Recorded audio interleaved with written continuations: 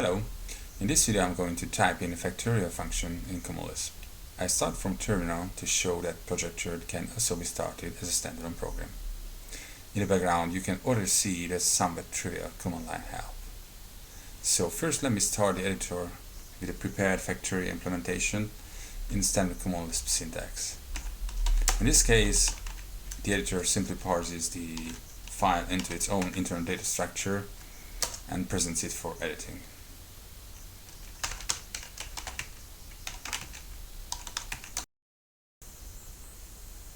So here it is, the parsed Factorial function.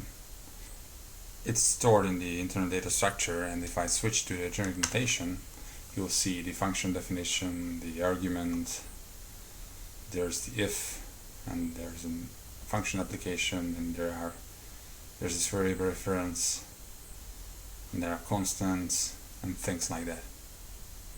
Okay, let me just quit from this. Okay, now let's start the editor with a new document. The file extension in this case is going to be pred. It tells the editor to load and save the document in its own binary data format, as opposed to standard Common Lisp syntax. So Factorial pred. The editor opens with an empty document that contains an insertion. So just turn on display in the selection so you will be able to follow the changes throughout this video. I mean the changes in the underlying data structure. The selection describes a path into the document. It starts from the root object at the bottom line, and the last element of the path is at the top. Currently it says it's the zeroth position of a string that is a value of the document insertion. In fact, if I switch to generic notation, you will see the same selection displayed in the same document insertion along with all the other slots that the object has, the prefix and the suffix. In the natural notation, the prefix is on the left and the suffix is on the right. The current projection just doesn't allow editing those, just the value.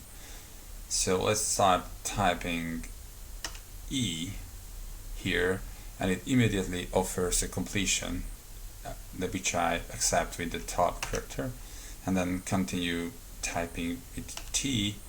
Now it says that I can complete it to the top level, which I accept with the enter.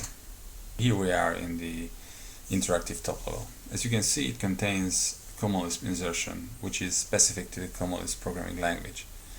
It differs from the generic insertion in that it supports different operations. For example, if I start typing in an open parenthesis, then it knows we are going to insert something compound. If I type D, it immediately offers to complete to defun, which is the function definition.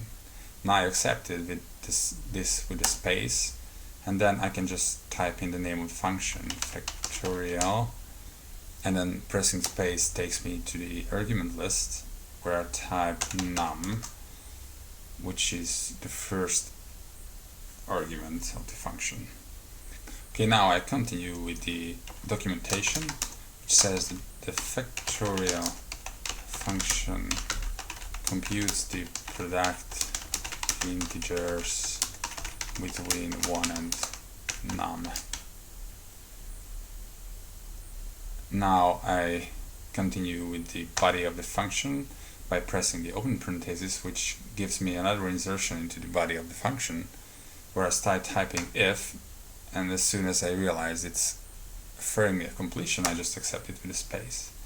And I continue with another insertion in the condition part of the if by typing in smaller than, and then a reference to the argument of the function automatically offered to be completed, which I accept with a space, and then another argument, which is the constant number 2.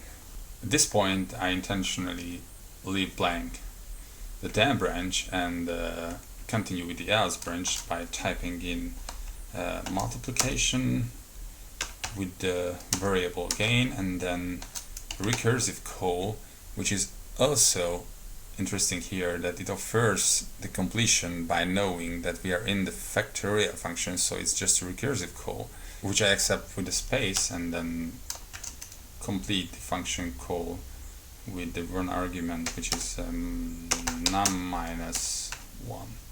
So I kind of finished with this function, except the damn branch is incomplete, but I intentionally did this just to show you that you can just navigate around without any problem. It's like navigation, from the navigation point of view, it's like a text editor, and I can just insert new form here with an actual application of the Factorial function, and if I start typing Factorial here, I immediately get a completion offer which I accept with space, and then I type 10.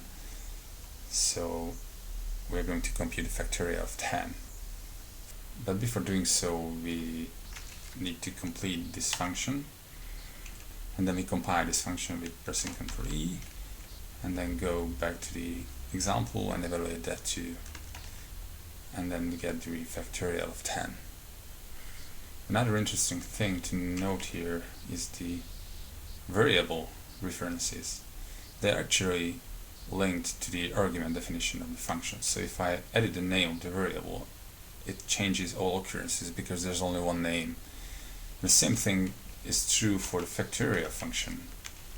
I mean, the name of the Factorial function is stored only once. Even the actual application shares the function name. So I can just type it back at any occurrences I want to do it. Thank you for watching.